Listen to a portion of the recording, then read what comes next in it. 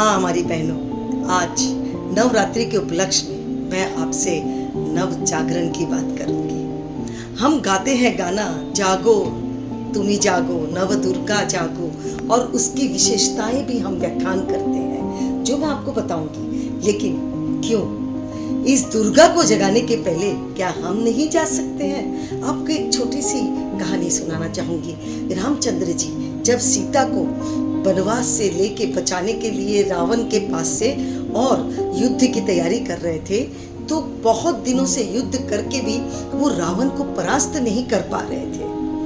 तब रामचंद्र जी ने जांबवान से पूछा, ये क्या कारण है कि इसकी ताकत को मैं कम ही नहीं कर पा रहा हूँ? तो बोले कि ये 1 वर्ष तक माँ दुर्गा की पूजा करके शक्ति पाया हुआ है।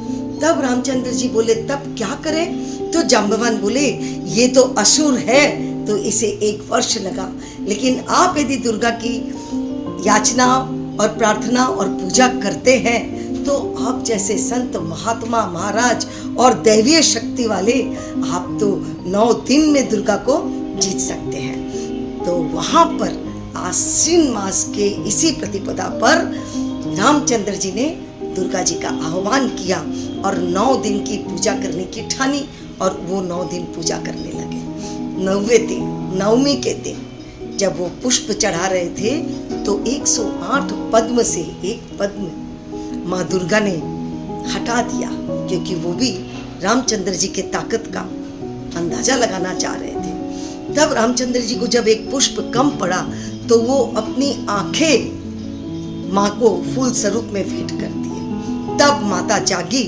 और उसके साथ उसको आशीर्वाद दी कि विजयी भव, और विजयादशमी के दिन ही उन्होंने ये शक्ति प्राप्त कर असुर का दमन किया, रावण का वध किया, और विजयादशमी दशहरा ये कहलाया। तो बहनों, मैं सिर्फ आपसे ये कहना चाहूंगी कि ये जो माता हमारी जो 9 रात्रि 9 नामों से है, वो माता के 10 भुजा 10 कथाएं कहती है, और ये 10 भुजा की जो ताकत है ना अलग अलग, ये हम सभी महिलाओं में व्यक्त है।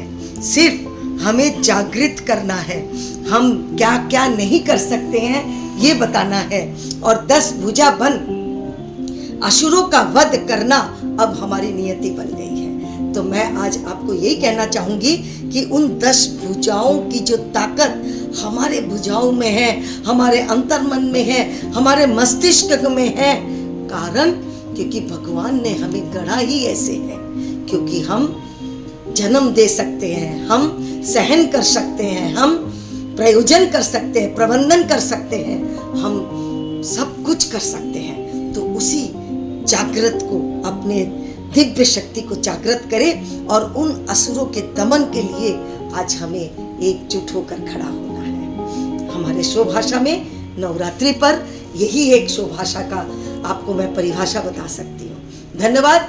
जय महेश, जय माँ दुर्गा।